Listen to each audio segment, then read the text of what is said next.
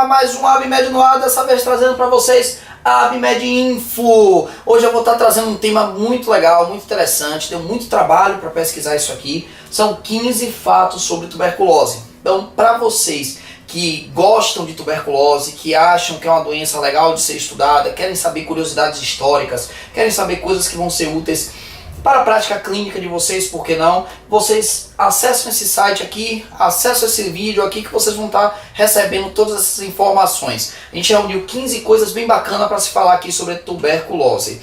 Bom, uma das coisas que eu quero começar a falar logo antes de a gente começar o vídeo é que no final desse vídeo eu vou estar lançando uma promoção aqui para vocês. A ABMed vai estar fazendo uma promoção e essa promoção vai estar valendo quando o canal chegar a 200 inscritos. Não é tão difícil chegar a 200 inscritos, mas nós estamos tendo dificuldade. Então a gente vai estar lançando essa promoção. A promoção eu só vou falar no final do vídeo e ela só vai estar valendo quando o canal tiver 200 inscritos. Chegou a 200 inscritos, a gente sorteia para ver quem vai ganhar o prêmio que eu vou estar falando lá no final.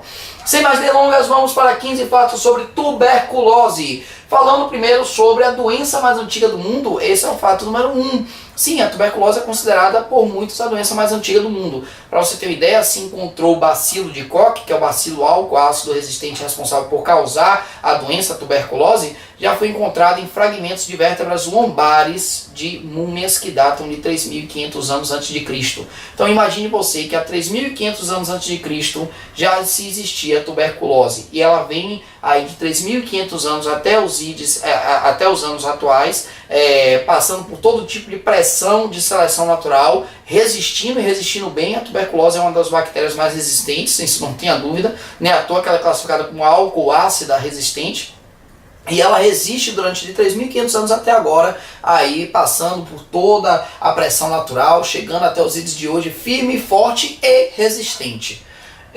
Não, só fato número 2 é a tuberculose quase foi extinta. Sim, aqui no Brasil a tuberculose quase foi zerado o número de casos, isso mais ou menos em 1960, 70. Isso ocorreu porque nessa época se surgiu os tuberculostáticos. Bom, o que aconteceu na verdade foi que o boom da tuberculose mesmo, ele ocorre entre 1840 e 1960. Aqui é onde ocorre o boom da tuberculose. Muita gente se morria de tuberculose, as pessoas, a poluição, a revolução industrial chegava nos países menos desenvolvidos, a poluição começou a proliferar, e isso tudo a gente sabe que é um meio propício para a tuberculose também atacar e acabar fazendo várias vítimas. Muita gente morreu de tuberculose naquela época. Em 1960 surgiram os tuberculostáticos e a bactéria não estava preparada para aquilo. Foi o primeiro antibiótico logo contra a tuberculose, a bactéria não estava nem um pouco preparada e acabou tomando porrada aí dos tuberculostáticos e quase entra em extinção.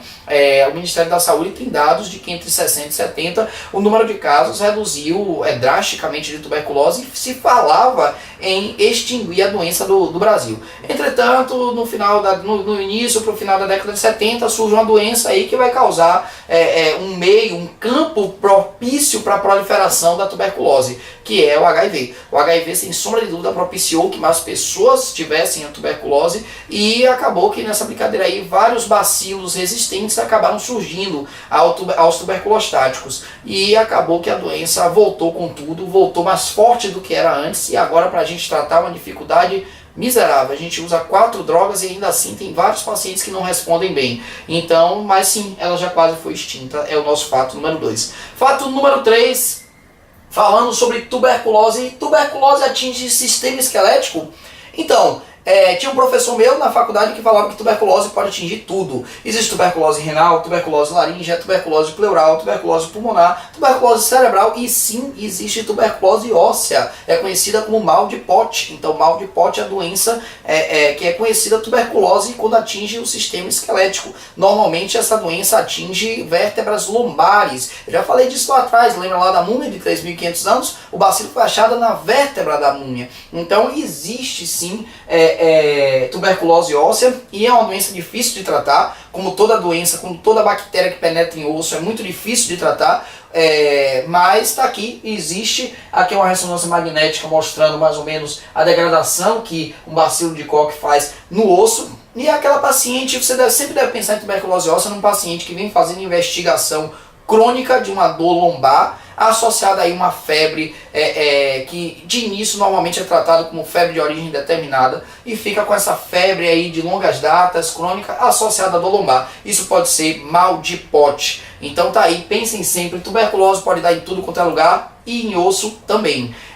Lembra também que bactéria para atingir osso é uma bactéria, rapaz, é difícil, viu? Bactéria é preciso ser muito bruta para atingir o osso, para chegar até o osso. Então tá aí, a tuberculose consegue isso para nossa infelicidade, né?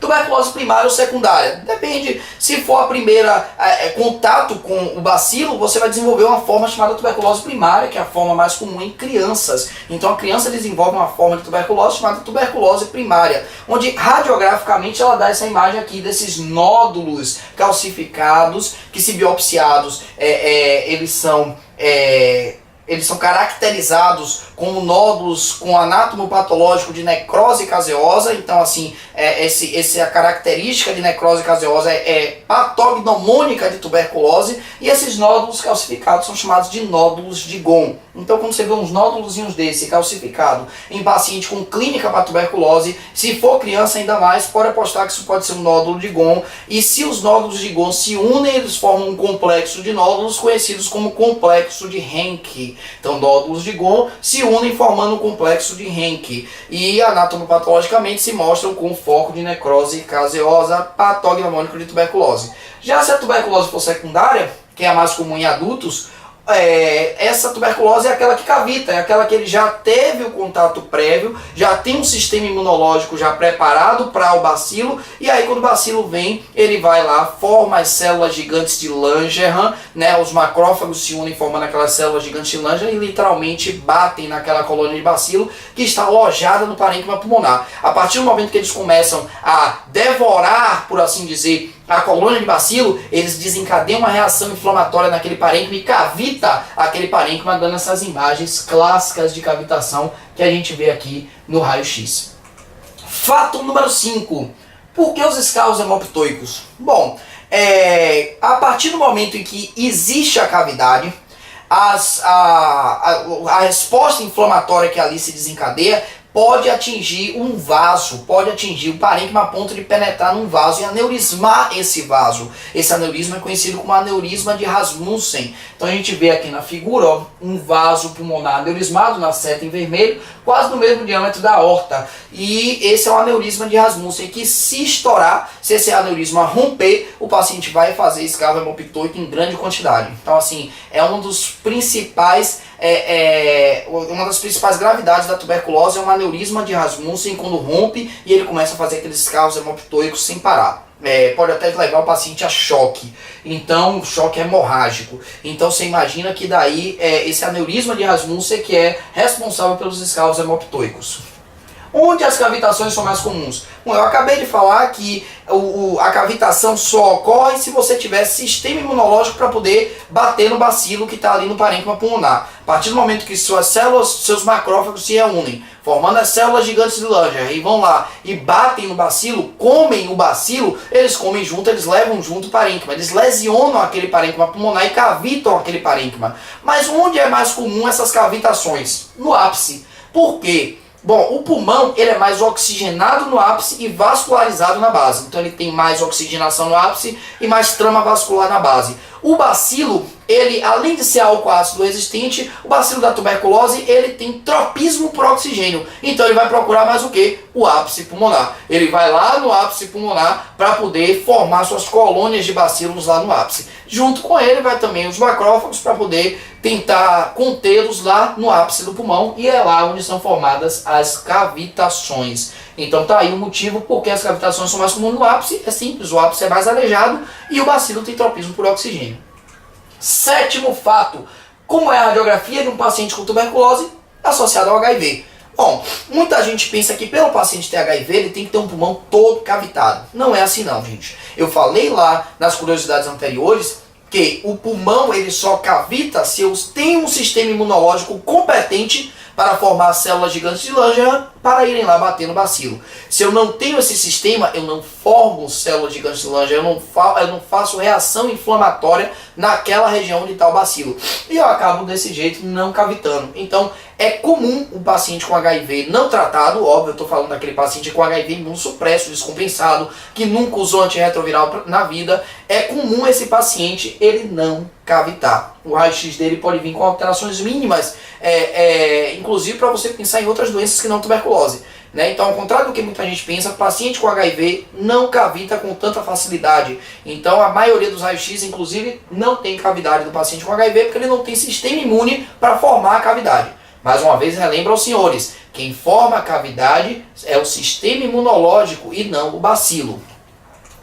E por que não podemos associar o esquema HIP, que é a rifampicina, isoniazida, pirazinamida e etambutol, as quatro drogas que a gente usa para tuberculose, com um esquema antirretroviral em pacientes com BK e HIV concomitantes? Bom, é muito simples. Se eu tenho um paciente com tuberculose, onde ele não e HIV, um paciente com tuberculose e HIV, onde ele não usava anteriormente antirretroviral, esse paciente provavelmente vai estar com o sistema imune lá embaixo. Como ele adquiriu tuberculose, ele deve estar com uma quantidade de bacilos absurda naquele pulmão.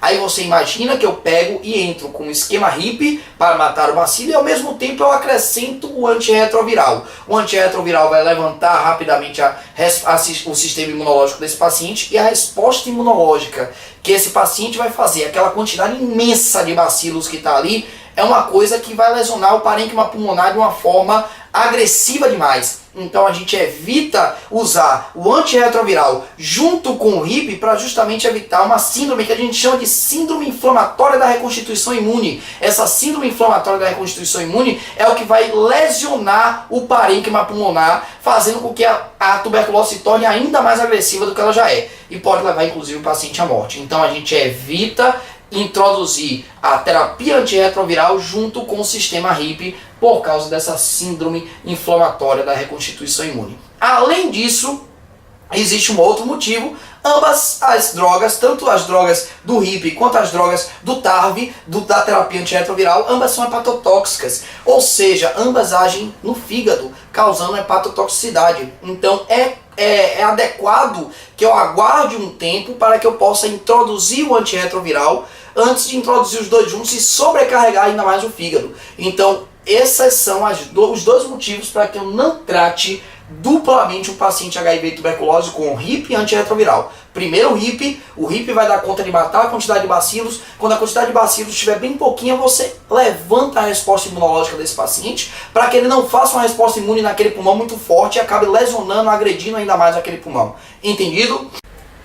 Bom, isso nos leva ao nono fato. Se eu não posso tratar o HIV e a tuberculose ao mesmo tempo, quando é que eu vou tratar o HIV? Eu vou deixar o paciente descoberto para o tratamento do HIV enquanto eu estou tratando a tuberculose? Então, esse tratamento ele é recomendado a partir do terceiro mês de tratamento com o esquema HIP. Então, a partir do terceiro mês de tratamento com o esquema HIP, esse esquema já vai ter dado uma baixa grande nos bacilos do pulmão e a partir daí você pode estar levantando a resposta imunológica do seu paciente aí para poder, e desse jeito, né, precavendo uma resposta inflamatória agressiva que ele teria antes se ele tivesse com uma quantidade de bacilos muito grande. Então, 3 meses, a partir do terceiro mês de tratamento com o esquema HIP, você já pode acrescentar um antirretroviral em um paciente com tuberculose e HIV. Vamos para o 10º fato. Continuando para o nosso 10º fato, qual é o papel da piridoxina, a vitamina B6, no tratamento da tuberculose? Bom, a piridoxina, gente, é uma droga que é associada ao tratamento da tuberculose para evitar neurotoxicidade da isoniazida. Então tem muita gente que faz o tratamento com HIP mais piridoxina. Para quê? A piridoxina para evitar a neurotoxicidade da isoniazida. Outra dica importante aqui no fato número 10. Fato número 11. Quanto tempo após o início do tratamento para a tuberculose o paciente pode sair do isolamento respiratório? Bom, a gente sabe que para a tuberculose o isolamento respiratório em um quarto com pressão negativa é o ideal. Entretanto, quanto tempo depois que eu começo a tratar esse paciente com esquema HIP, eu posso mandar esse paciente para casa ou posso botar ele na enfermaria, posso institucionalizar esse paciente? Bom, a resposta é 15 dias. Em 15 dias, se esse paciente estiver tomando todos os dias de forma adequada, o seu HIP, o seu esquema HIP, né, os comprimidos para tuberculose, ele pode, depois de 15 dias, tirar a máscara N95, que é uma máscara de isolamento respiratório utilizada para pacientes com tuberculose, com meningite. Então ele pode tirar a máscara N95 e pode ressocializar e pode se reinstitucionalizar, tendo mínimo risco aí de ele transmitir a doença. Então a maioria dos estudos mostra que em 15 dias a baciloscopia de um paciente com tuberculose adequadamente tratado, ela zera. Então ela negativa, ele fica com a baciloscopia negativa e ele já pode se institucionalizar. Resposta para essa pergunta: 15 dias após o início do tratamento, o paciente pode sair do isolamento respiratório. E quem são os pacientes considerados infectantes? É o nosso fato número 12. Os pacientes infectantes são aqueles que manifestam tuberculose laríngea e tuberculose pulmonar. As formas extrapulmonar não são consideradas formas infectantes. Então apenas tuberculose pulmonar e laríngea são pacientes que podem passar a doença. As formas extrapulmonar, renal, óssea, não passam, ok? E vamos ao 13º fato. A BCG protege contra a tuberculose? Então, a BCG não protege contra todas as formas da tuberculose. BCG só protege contra as formas graves da tuberculose. Entenda-se por formas graves a tuberculose, a meningite tuberculósica e a tuberculose miliar. O resto ela não protege. Então eu me lembro de uma vez de um paciente que eu tinha e um interno me perguntou assim: Murilo, ela tem meningite tuberculósica. Eu falei assim para ela: ou ela é imunossupressa, ou ela não tem uma coisa no braço que você tem. E aí ela foi procurar no braço da paciente o que é que ela não tinha e que a minha interna tinha. E no final das contas, era nada mais nada menos do que a cicatriz de BCG. Ela não tendo a cicatriz da BCG, ela não foi adequadamente imunizada contra as formas graves da tuberculose e ela pode sim pegar a forma grave da tuberculose, entenda-se tuberculose miliar e meningite tuberculósica. Então, essas duas formas, se o paciente não for imunossupresso, essas duas formas só pega quem não tem aqui a cicatrizinha da BCG, quem não tomou a vacina. O que é muito raro hoje em dia no Brasil. A campanha vacinal, ela é uma das questões do SUS mais efetivas, é vacinação. Então a gente tem poucos pacientes que não são imunizados contra as formas graves da tuberculose. Tá aí, vamos para o nosso 14º fato. Por que a criança não pode usar etambutol? Etambutol em crianças abaixo de 6 anos causa uma neurite retrobulbar, que vai causar alterações visuais. Por isso você não pode utilizar em criança abaixo de 6 anos. Neurite retrobulbar. Tá aí a resposta para o 14º fato. Por fim, 15º e último fato. Prometi 15 fatos, estou cumprindo 15 fatos. Quais os famosos que morreram de tuberculose? Óbvio, hoje em dia, com o avanço da medicina e dos tuberculostáticos, pouquíssimas pessoas morrem de tuberculose. Famoso, então, menos ainda. Eles têm mais recursos para tratamento e eles acabam realmente se tratando com muito mais facilidade. Mas lá nos idos de 1840 até a década de 60, se morria muita gente por tuberculose.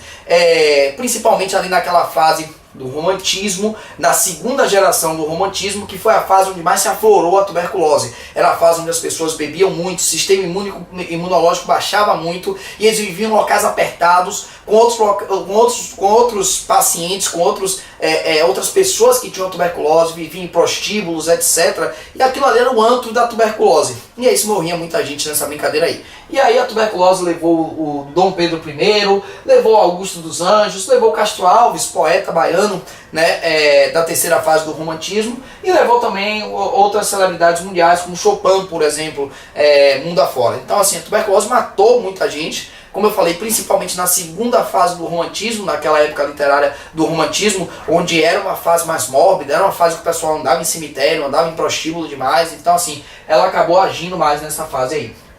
Bom, como prometido, chegamos aos nossos 15 fatos sobre a tuberculose. Se você sabia de todos esses aí, comenta aqui no vídeo. Se você não sabia, comenta qual o fato você não sabia aqui de tuberculose que eu acabei de citar aqui. Fala aí embaixo se esse assunto lhe interessou, se é interessante para você mais vídeos desse tipo. A gente tem vários materiais já prontos para saltar aqui com esses temas, 15 fatos, 20 fatos, etc. E agora vamos ao que eu prometi, que é a promoção. A promoção é o seguinte: nós vamos sortear 2 módulos da ABMed para 2 pessoas. Isso só vai ocorrer se o canal chegar a 200 inscritos. A gente vai sortear 2 módulos, um módulo de emergências clínicas e um módulo de eletrocardiografia. São 2 módulos com muita imagem, super atualizados, muito didático, e eu acredito que vocês vão gostar de ter esses módulos aí na casa de vocês. Vocês vão estar recebendo esses módulos pelo correio, os sorteados, é claro, e para você concorrer é muito fácil. Basta você jogar um comentário aqui embaixo e lançar o seu e-mail. Joga um comentário e o seu e-mail embaixo e você vai estar concorrendo esses módulos. Lembrando que isso só vai sair, esse sorteio só vai acontecer se o canal chegar a 200 inscritos. Então, manda o canal para os seus amigos, manda o canal para sua faculdade, para o pessoal curtir, para o pessoal se informar também. Isso tudo aqui a gente está fazendo para vocês e eu espero que vocês estejam gostando. Isso aqui é mais um vídeo da ABMed Info para vocês e a gente se vê no próximo.